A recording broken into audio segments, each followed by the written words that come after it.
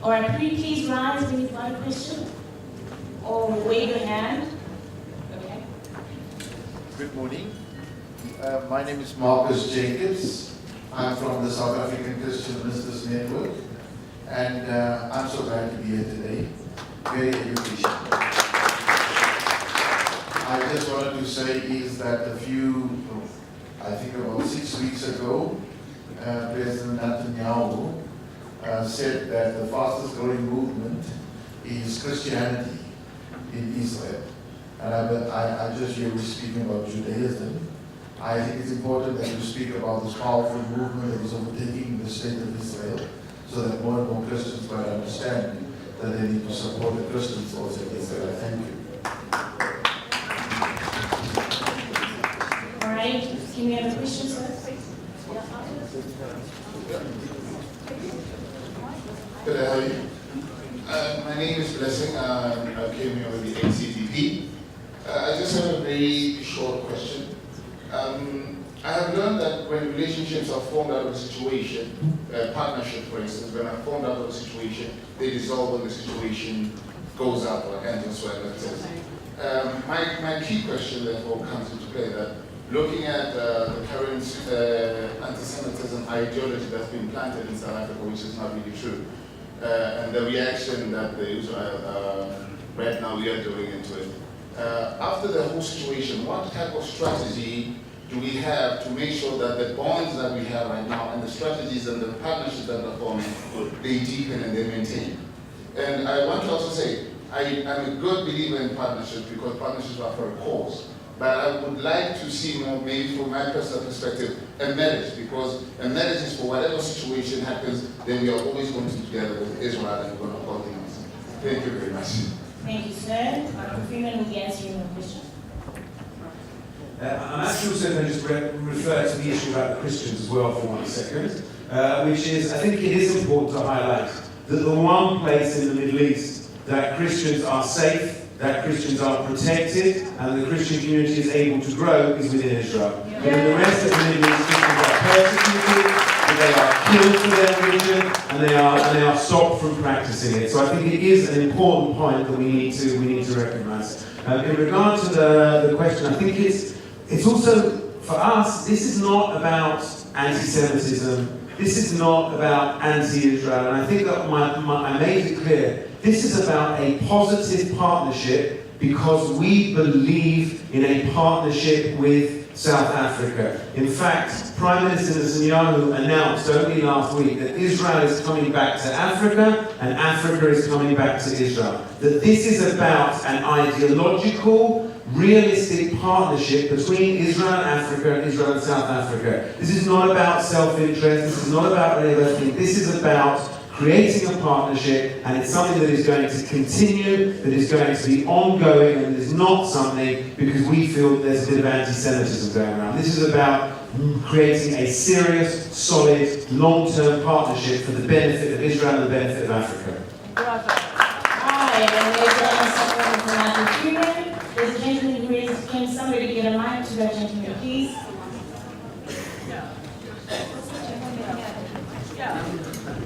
East London, go for it. Hello, good afternoon. My name is Pastor Colin Gabriel, and I'm from East London, the Eastern Cape. We are well represented here, and we love Israel, we love Africa. My question is this. The political analyst said that 80% of South Africans should support Israel and 20% are not, sort of. But it seems like the 20% have control over our newspapers and over our media, and they're making the most noise. How can we get access into making comments, into getting on TV, into getting our articles into newspapers so that our nation and Africa can see that 80% has a voice and that it's in media and that all the nations, America and all these small countries like China can hear that we love Islam.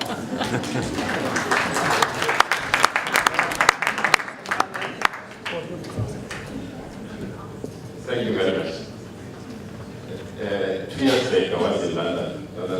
economics, I met with the senior advisors to presidents and prime ministers in the West.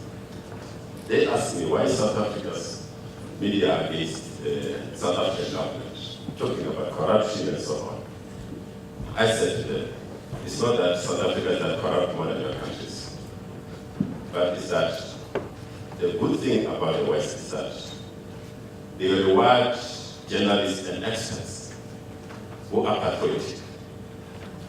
And the same Western countries, they reward any African expert and journalists who insult their leaders. That's right. The situation is that it depends whether you want to own that space, the media space, because that is where, if you want to have a campaign, that is the space you must manage. You must come with strategies to communicate with your constituents. I don't want to make the deputy ambassador to feel guilty to say that the brand of Israel is being affected internationally and you need to work on it. You must not be ashamed to say that you need to work on the branding of Israel, because this thing of apartheid and so on is not making you look good. Therefore, it needs to be, we need some kind of rebranding. And what you do, then you face the media as is asking. That we need strategies which will communicate through the social media. We need strategies which will say that work with the community, because the other part which I personally feel that maybe the Jewish community needs to work on is to integrate themselves into society and work with people in the society, mentor people, help the traditional leaders, because we always go to these top politicians, premiers, presidents and so on, but the people who make impact and people who change perceptions are ordinary rural area people in villages. And that is where we must work. And then they will promote. I'll just add a quick sentence. How many of you own a phone, a cell phone? Okay, no, I'm just wondering, because the age of the gatekeepers of the media is over. With the eruption of social media, as the ambassador mentioned before, we all have the key to change media perception. We can make our voice heard. We can make a comment online, post it on Facebook, push it on Twitter, make those people who write lies be accountable for their lies. You have the power. You're empowered. You're not powerless.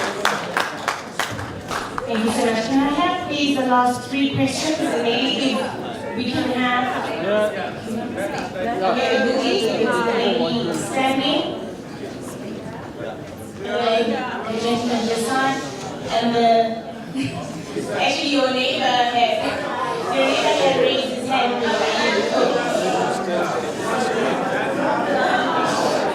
And one question from Zambia. So we're speaking about four last questions, please, ladies and gentlemen, that we're going to be having, and then our panelists will please listen very carefully to the questions that are being asked, and then maybe we can share in answering your questions.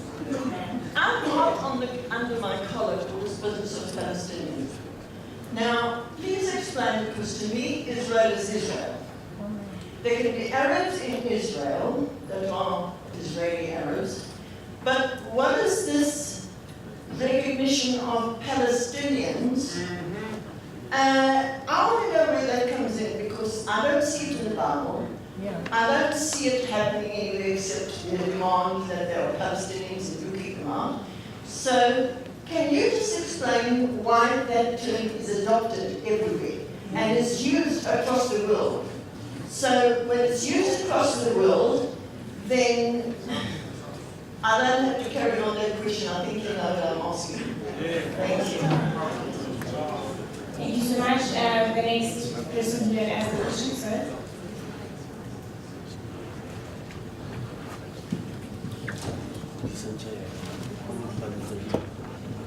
Thank you very much, Lady Chair. Though I haven't heard you calling for comments, it was just questions. Mine is not a question, it's a comment. It hasn't said that we need to get information to the masses. Now, we've got to ask our questions, where do the masses commonly meet? Obviously in churches. Right. Now, these churches, leadership in particular, can be taught about Israel, so that some of the sermons are based on education on Israel. We allow other people who are anti-Israel space. It's time we rise up and put them out of the space. The church is a powerful instrument of change. If we can take advantage of that, surely the message will be taught as that Islam that I said here. Thank you very much. Answer the question that was just asked now, so that nobody forgets and loses train of thought.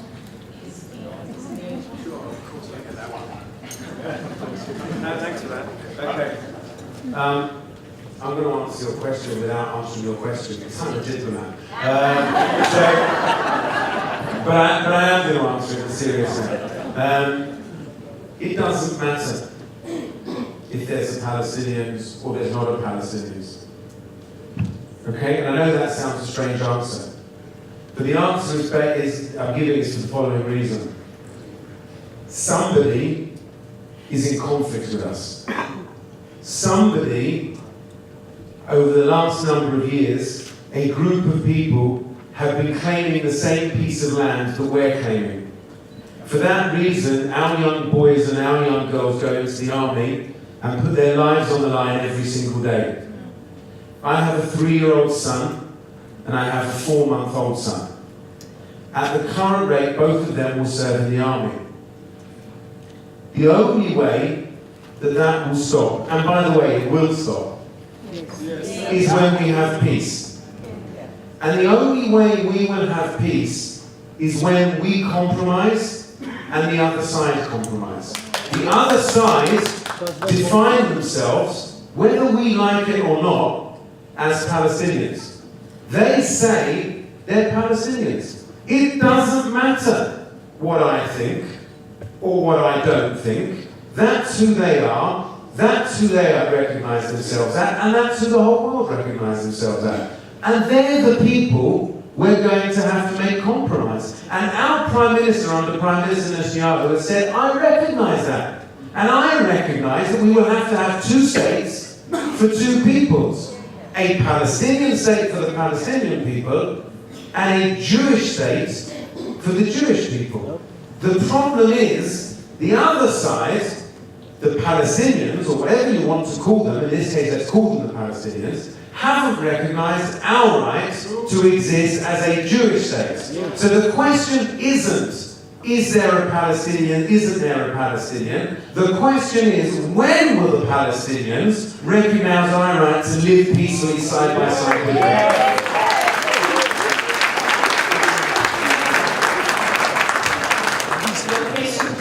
My name is Ishmael from the south of Rotterdam. This is actually a plea and urge to all the churches represented here. Psalm 122 reads as follows: I was glad when they said to me, let us go up to the house of the Lord. I would always call it Israel. Our feet shall stand within thy gates of Jerusalem. Jerusalem is voted as a city that is compact together. When the tribes go up to the tribes of the Lord, unto the testimony of Israel, to give thanks unto the Lord, for there are set thrones of judgment, the thrones of the house of David. Pray for the peace of Jerusalem. I want to ask, that's to the churches and the pastors, that's our duty, and to the ambassador, the backing of the church is fully with you. The question to the organizations is, what strategies do you have to help us market? I have tried finding an Israeli flag all over, you can't find it. You go into the shops, you cannot even find an Israeli product. What strategy does Friends for Israel have where we can just, assist in marketing Israel and better, apart from this conference?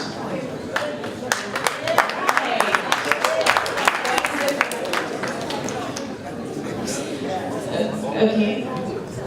Hi everybody, I'm going to answer that question. I'm the new Director of the Zionist Federation, and it's a great question. And this year we are going to be doing a lot more in terms of branding, marketing. In actual fact, we've just launched a new website, and hopefully we'll have a little shop. You'll be able to get t-shirts, flags, We will share all our content with you. So to answer your question, South African Friends of Israel will be giving you all that information. Hallelujah. Okay, and you're getting another answer from Ms. Alton. It's just a very more direct, I'm not taking anything away that Deputy Ambassador said. It was absolutely brilliant. A more direct response from a Christian perspective, because I struggled with that for a period of time. We as Christians, we believe and know that Judea and Samaria also belongs to Israel. So how do we then support it when we get swayed in terms of, is it one-state solution, is it two-state solution? A very wise man whom I know said to me these words, and I'd like to express it to you. He said, there is nothing wrong with in trying to have peace, giving somebody a gift. It doesn't mean that it doesn't belong to you. It just means that in wanting to achieve something, you are giving somebody a gift. And so that is how I've come to recognize and appreciate the fact that we can stand with our brothers and sisters, even in Israel, as they try to negotiate with regards to a two-state solution. That it's a gift that they may very well be giving so that they can be peace, as long as they are assured of their security within safe borders. Question from Zambia. No, that was Zambia. I heard Zambia, not Mozambique. We do not reckon a Christian from Mozambique.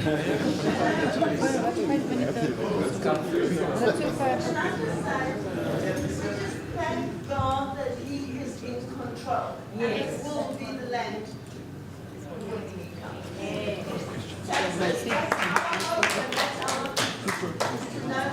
Thank you so much.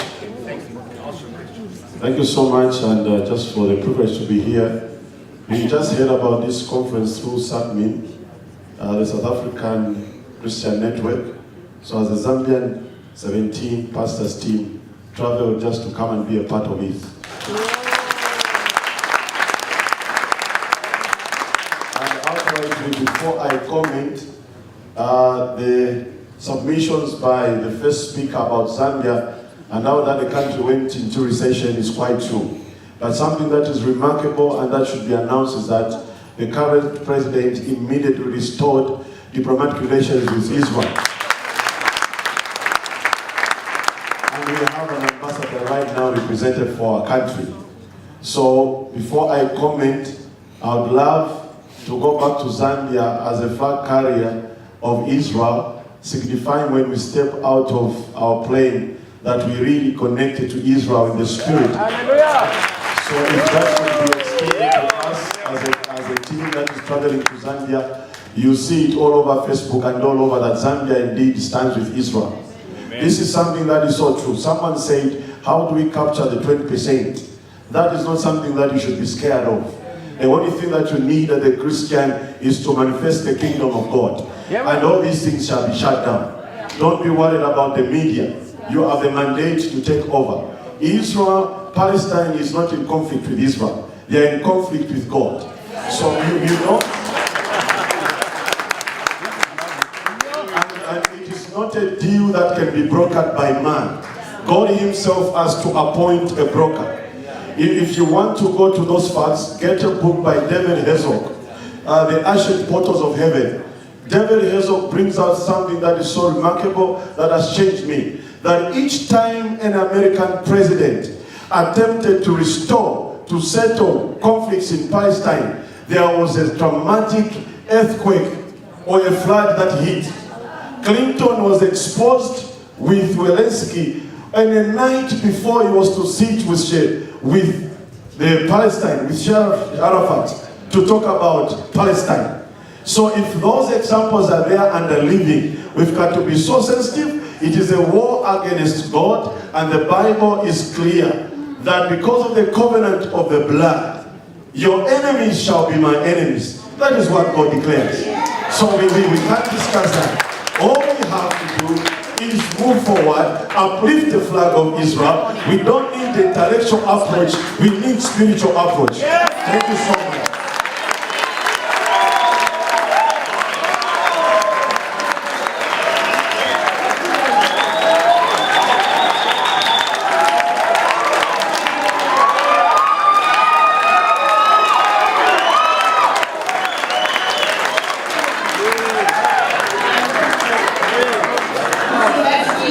Zambia right speakers would like to say a few words, please, and this will be the final comment, and then of course, just the last comment, the final comment, and the last comment. The last comment and the final comment. But this is Riyad Hassoun, who's going to be saying a few words. Thank you very much.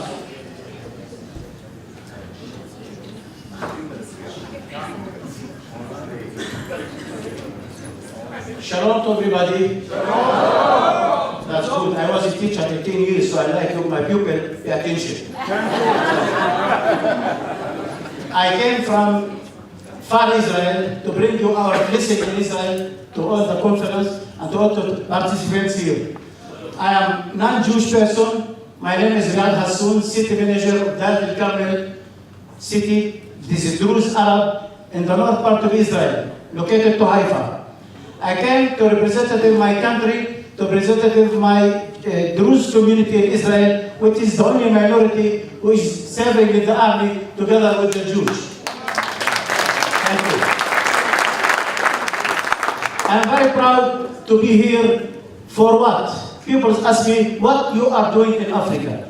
I came here just to let the people know from the first line people, citizen, who non-Jewish is Arab person, to speak about the Israel that is the biggest and the greatest democratic country in all the world.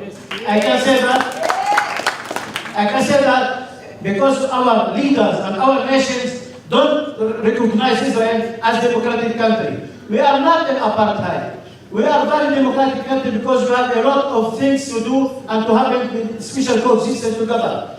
In Israel, there are 18 Knesset members. In the election, they was elected by democratic election last year. So this means that we are not an apartheid. And these Knesset members fight against the country every morning, every Saturday, against the policy of Israel. Nobody can arrest them and put them in jail. It's not happening in Arab country. The Jewish mind, we are looking also to see after the census and what the Jewish mind made.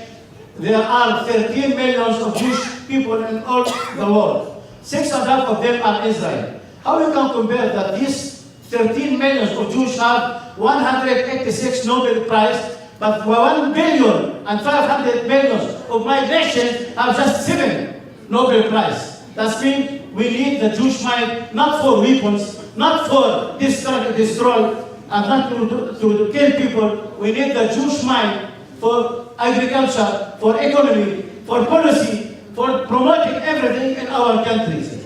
When I served in the army, I was officer there in Sinai Peninsula, Yom Kippur, and I'm very proud to be Israeli, and I have to say loudly, Am Yisrael Chai. Shalom.